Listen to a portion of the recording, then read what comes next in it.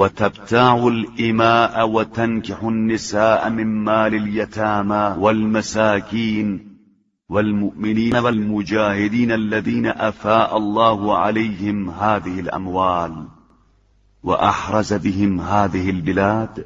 اور پھر ایتام، مساکین، مومنین اور مجاہدین جنہیں اللہ نے یہ مال دیا ہے اور جن کے ذریعے ان شہروں کا تحفظ کیا ہے، ان کے اموال سے کنیزیں خرید رہے ہو اور شادیاں رچا رہے ہو.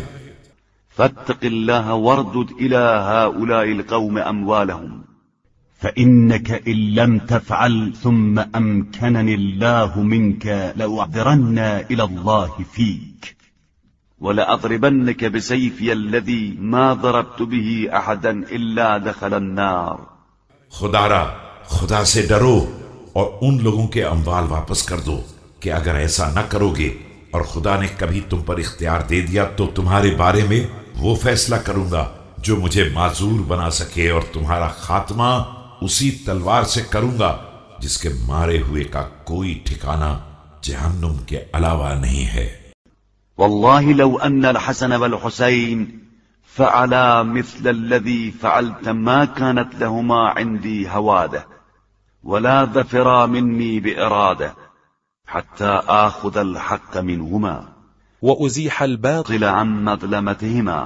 خدا کی قسم اگر یہی کام حسن و حسین نے کیا ہوتا تو ان کے لیے بھی میرے پاس کسی نرمی کا امکان نہیں تھا، اور نہ وہ میرے ارادے پر قابو پا سکتے تھے جب تک کہ ان سے حق حاصل نہ کر لوں اور ان کے ظلم کے آثار کو مٹا نہ دوں.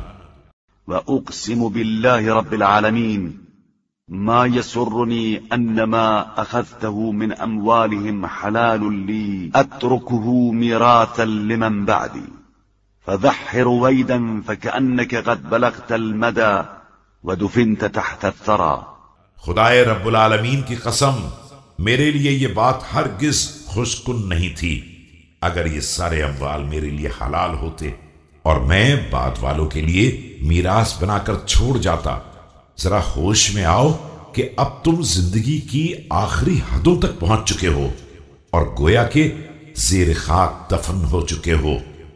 وعرضت عليك أعمالك بالمحل الذي ينادي الظالم فيه بالحسرة ويتمنى المضيع فيه الرجعة ولا تحين مناص.